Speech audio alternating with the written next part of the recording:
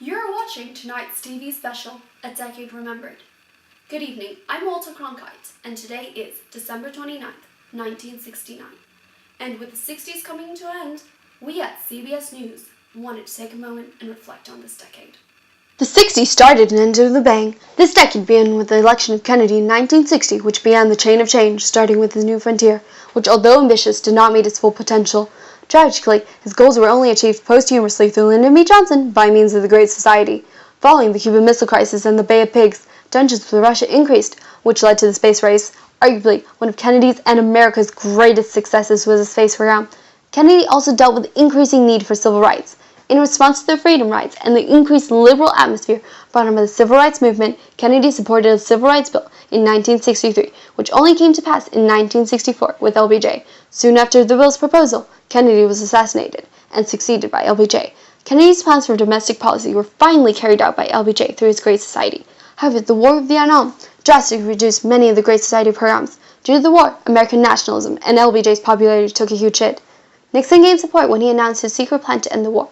At this time, college students had begun to protest, shocked by the brutality of the war. The Vietnam War was a big influence on the counterculture movement. This was the birth of the hippie. Woodstock was a musical festival in 1969 that was the icon of the hippie counterculture. The 60s represented a decade of change in a time of chaos. Tonight, we invite political analyst Darlene to discuss LBJ's presidency. Hi, Darlene. Thanks for joining us. Thank you for having me. So, we all know about the controversy surrounding LBJ. LBJ's really cemented Kennedy's legacy through his own policy, the Great Society.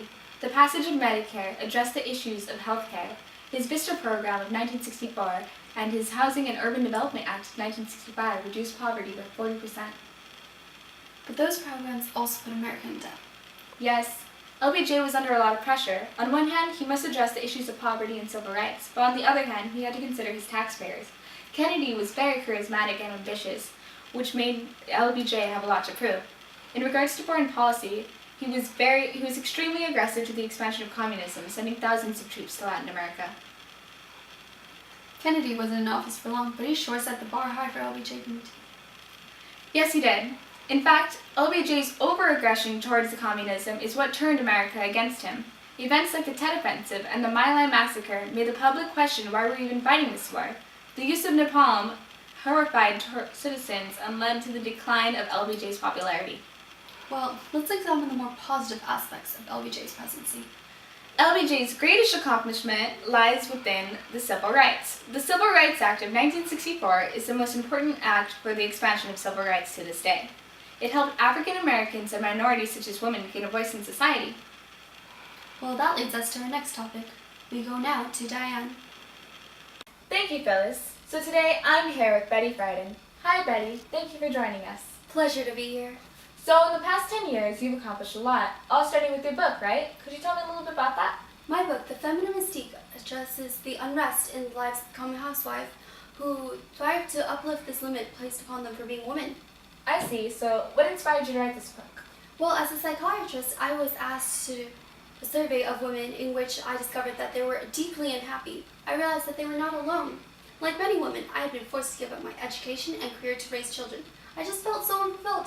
My book talks about how we attempt to find fulfillment in sex and home duties, but ultimately fall short. Many women live vicariously through their children, which causes children to fail to develop their sense of self. My point is that women are meant for more than just home duties. We need meaningful work. I see. So after the publication of your book, you went on to found NOW, the National Organization of Women, in which you were elected president. Could you tell me about that experience? Well, and now we advocate for equality. Our goal is for society to see men and women in equal light. I see. So could you tell us about the progress made in women's rights? Recently, I established the NARAL to fight for abortion rights.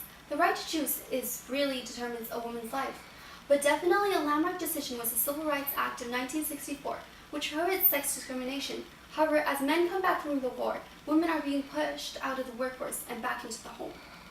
War has actually started another reaction, which leads us to our next segment. We now report live to Phyllis in the field. Thanks, Diane. Hi, I'm standing here at Bethel, New York, the site of Woodstock, with Miss Serenity Moon.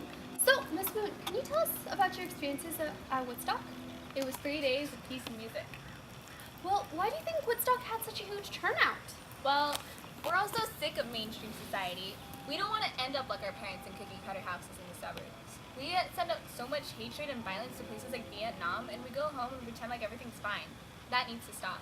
It's just like what Jimi Hendrix said. When the power of love overcomes the love of power, the world will know peace. Well, that's all the time we have. Thanks for watching. A Decade Remembered.